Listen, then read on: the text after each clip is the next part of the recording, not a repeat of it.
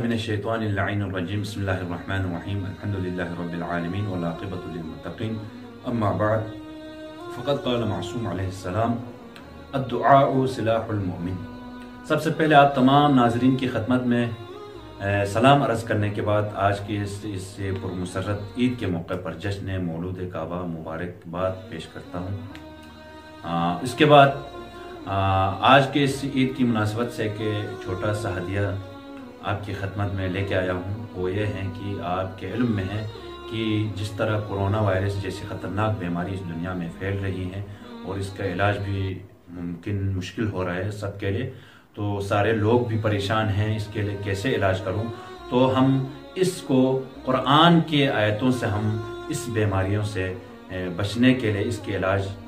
ممکن ہے کہ قرآن کی آیت کے ذریعے ہم اس کو علاج کر سکتے ہیں، اپنے آپ کو اس بیماریوں سے بچا سکتے ہیں۔ یہ ہمیں شیخ جناب ہمارے استاد بزرگوار حوض نجف اشرف کے استاد سید رشید الحسینی نے اپنے درس میں ارشاد فرمایا کہ آج سے تقریباً 50 سال پہلے سید احمد خنصاری ایک مرجع، ایک متدین متقی عالم الدین مرجع تھا، انہوں نے جب ان کے ہاں ان کے منطقے میں یہ بیماری لاحق ہو گئی کہ وبا جیسی خطرناک بیماری، ابھی کرونا وائرس بھی وبا سے کم نہیں ہے، تو ان کو دن بدن پریشانی اور لاشوں پہ لاشیں، جنازوں پہ جنازہ لوگ مرنے لگے، تو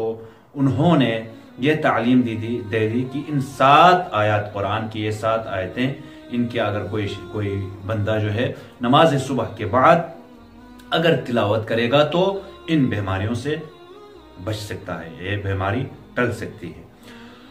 تو وہ اس وقت انہوں کو یہ تعلیم دے دی کہ یہ 7 آیتیں قرآن مجید کی، اور یقیناً قرآن جو ہے ہم سب کے لیے شفا ہے، ہم سب کے لیے مغفرت ہے، ہم سب کی روحانی جسمانی تمام بیماری دور کرنے والی کتاب ہے، اس میں کوئی شک نہیں ہے۔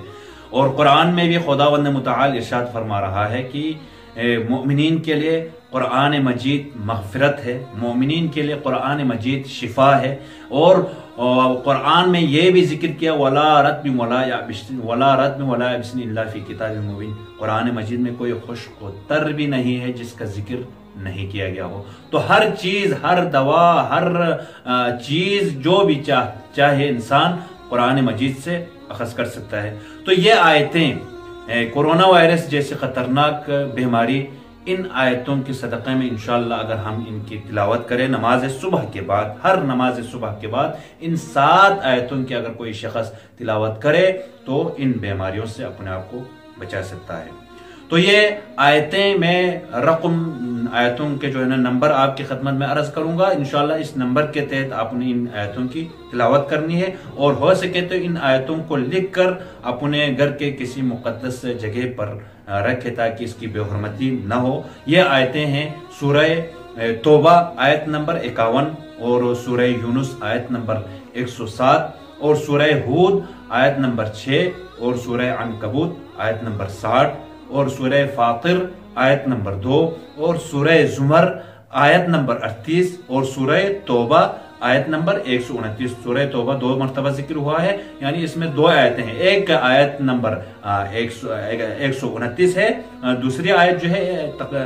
جو ہے وہ 51 ہے۔ ان آیتوں کی اگر کوئی شخص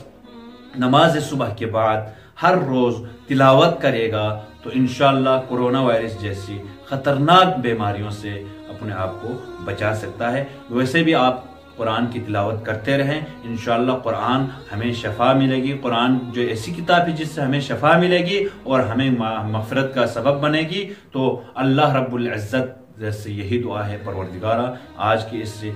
مولود کے صدقے میں اور قرآن کی آیتوں کے صدقے میں ہم سب کو ان بیماریوں سے بچا کے رکھے۔ وآخر الدعوانا ان الحمدللہ رب العالمین۔